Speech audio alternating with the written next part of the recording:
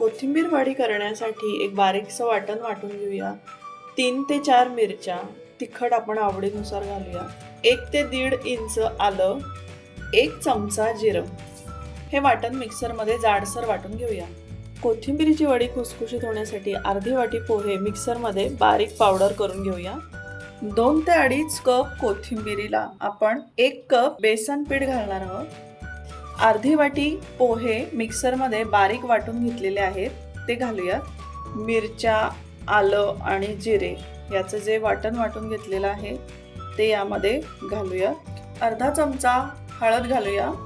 2 ते 3 चमचे पांढरे तीळ घालूया. अर्धा चमचा ओवा हातावर चोळून यामध्ये घालूया. अर्धा चमचा काश्मीरी लाल मिर्च पावडर घालूया. चवीनुसार मीठ घालूया. 2 चमचे बारीक रवा घालूया. पीठ मळताना कोथिंबीर पिठामध्ये छान चोळून घेऊया, जेणेकरून कोथिंबीरीच्या पाण्यामध्ये बेसन पीठ भिजलं जाते.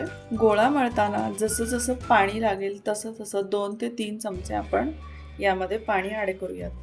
पिठाचा घट्टसर गोळा मळून घेऊया.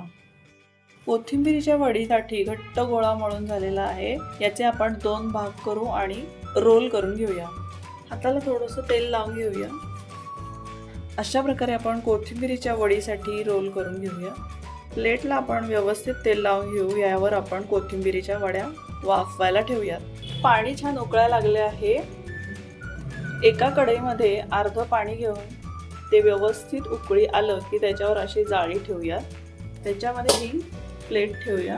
15 मिनिटं कोथिंबीर वडी आपण वाफून घेऊया. 15 मिनिटं झालेले आहे. झाकण काढून घेऊया. गॅसची फ्लेम ऑफ करूया. कोथिंबीर वडी थंड झाली की याला आपण कट करूया. थंड झालेल्या कोथिंबीरीचे रोल अशा प्रकारे कट करून घेऊया. अशा प्रकारे सगळ्या वड्या कट करून झालेल्या आहेत. पॅनमध्ये तेल तापायला ठेवलेलं आहे. गॅसची फ्लेम मीडियमवर ठेवलेली आहे.